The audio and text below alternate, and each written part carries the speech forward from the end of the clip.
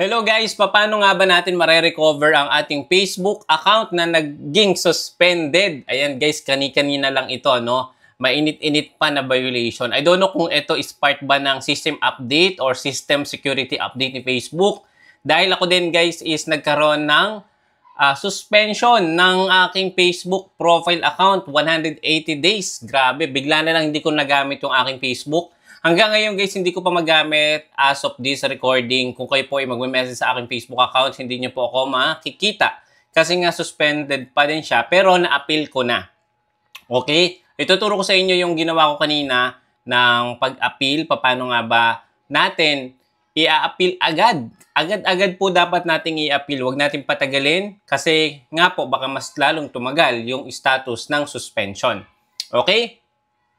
So, kung kayo po ay isa sa nagkaroon ng ganitong suspension at napunta kayo dito sa ating YouTube channel, well, ito po yung solution. Ano? Sobrang basic lang naman ito. Pero I believe, no, possible ito is system security update ni Facebook. Okay? So, ito yung pinaka-simple and effective tips. Paano natin ma-recover yung ating Facebook account step by step. So, bakit nga ba nagkakaroon ng suspended account? Okay, number 1, nagkakaroon ng suspension ng ating Facebook profile account. Kapag po yung pangalan natin ay fake names or identity mismatch. Okay? Guys, ganito, no? Kapag po tayo ay meron ding mga one name, yung mga unmatched na pangalan dun sa ating ID, ito yung isang dahilan kung bakit nagkakaroon talaga ng ganyan. Usually, suspension, permanent disabled yung Facebook account.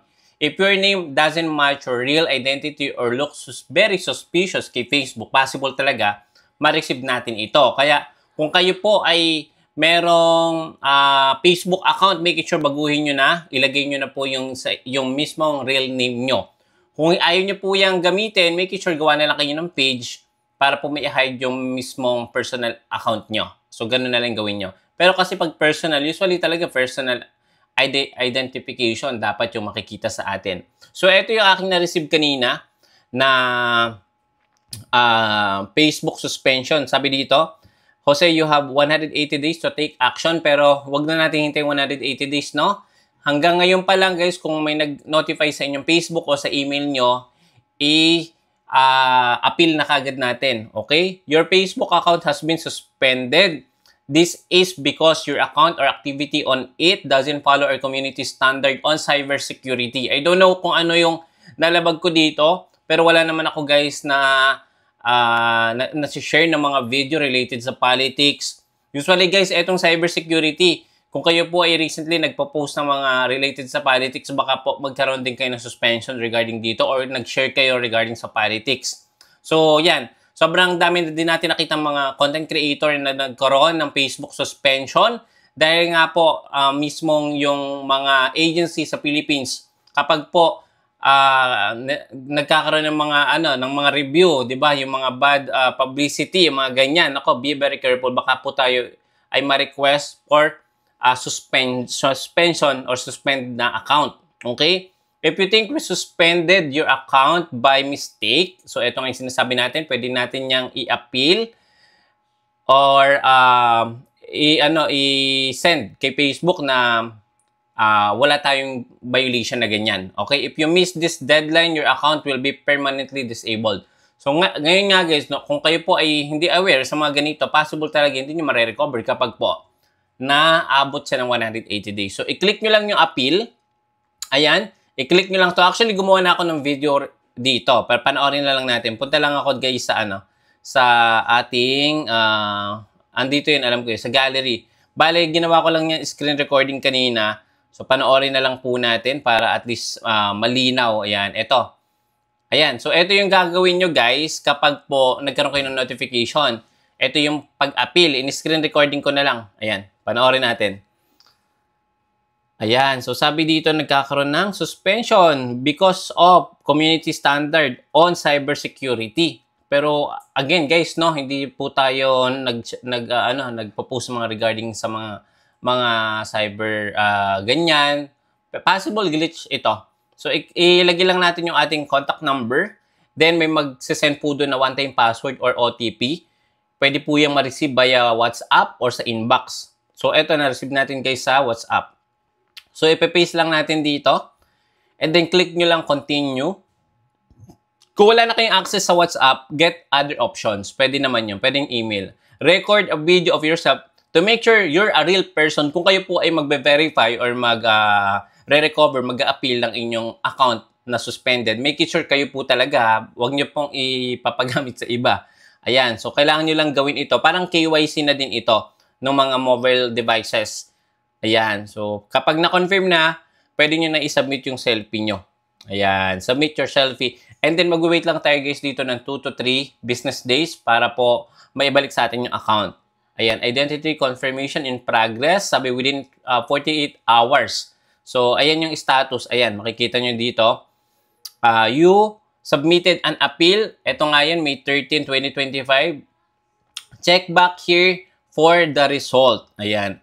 It usually take us just over a day to review your information, pero wag po muna tayong umasa kasi alam niyo naman, ang dami ding nagkaroon ng suspension account. For sure, hindi lang po tayo yung ma-accommodate yan. So, possible tumagal lang ilang araw yan. If you find your account does not follow our community standard, you'll be able to use Facebook again. So, yun. Kung na-found out ni Facebook na tayo naman ay sumusunod sa community standard, magagamit ulit natin yung Facebook natin.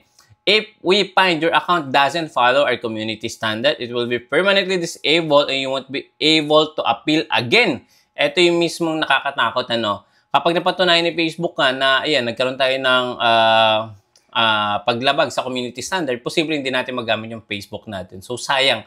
Ingatan natin, lalo na itong account ko natin is meron siyang 550,000 followers and usually ito ginagamit ko sa mga, grabe. I don't know kung hindi mababalik yung Facebook, grabe. I don't know kung ano mangyayari. Pero sayang talaga yung account ko na yan. Okay? So, balik tayo dito guys sa ating email. So, ayan na nga, na ano ko na yan, na-appeal ko na kanina. And number 1, yung pinag-usapan natin dito dahil nagkakaroon tayong suspension dahil nga sa fake names or identity mismatch. Number 2, unusual activity. Kung kayo po ay naglalagin sa unknown device or countries. Ayan. So, be very careful, lalong-lalo na sa mga countries na restricted yung Facebook. So, alam nyo naman yan. Merong mga country na hindi pinapayagang gumamit ng Facebook. Kung na-login po dun yan or may nag-login, so possible magkaroon kayo ng ganito na suspension. Violating community standard. Number 3 yon.